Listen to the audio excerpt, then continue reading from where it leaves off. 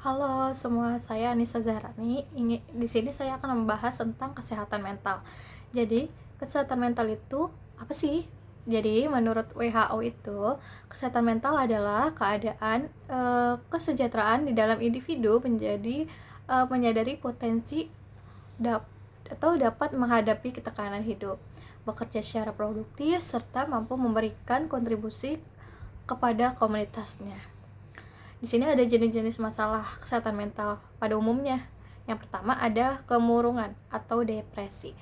Jadi kemurungan atau depresi ini adalah perasaan sedih berkepanjangan sehingga kehilangan minat terhadap aktivitas sehari-hari dan merasa tidak berharga. Yang kedua itu ada kecemasan, kecemasan anxiety atau rasa takut, khawatir yang berlebihan serta gejala fisiknya seperti detak jantung yang sangat cepat. Yang ketiga adalah tekanan stres. Jadi reaksi yang dialami terhadap tantangan. Jadi yang jika berlebihan dapat mempengaruhi emosi dan kesehatan fisik. Di sini saya akan mengangkat kasus seorang yang bernama Siti. Jadi Siti ini umurnya 19 tahun. Dia adalah mahasiswa yang sangat cerdas tetapi mengalami kesulitan yang sangat besar dalam berinteraksi di lingkungan kuliahnya. Nah, di sini Siti itu mempunyai gejala seperti gejala emosi. Siti itu merasa takut dan cemas yang sangat intens ketika harus melakukan presentasi, berbicara di depan umum, dan bahkan sekedar makan siang di kafe yang ramai.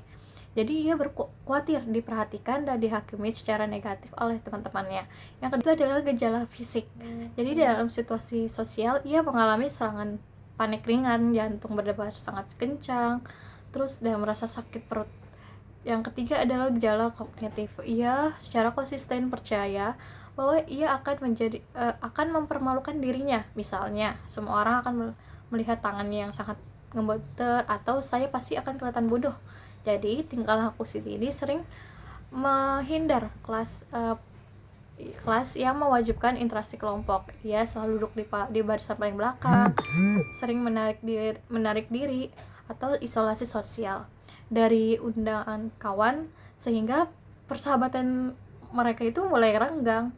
Jadi di sini ada jenis masalah yang dialami oleh Siti. Yang pertama itu ada kecemasan Siti secara spesifik terkait dengan situasi sosial, yaitu kecemasan sosial, ketakutan akan dihakimi oleh orang lain adalah inti dari gangguan ini. Terus di sini ada tanda awal masalah. Yang pertama ada fisik dan perilaku. Yang pertama ada fisik. Itu jantung berdebar cepat dan berkeringatan adalah simptom fisik kecemasan.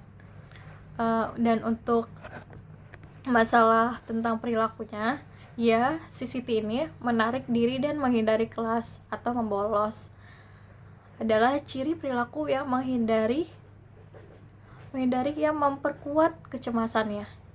Jadi di sini ada faktor psikologi dan sosial. Jadi harga dirinya Siti itu yang sangat rendah, takut dihakimi, merupakan faktor psikologis.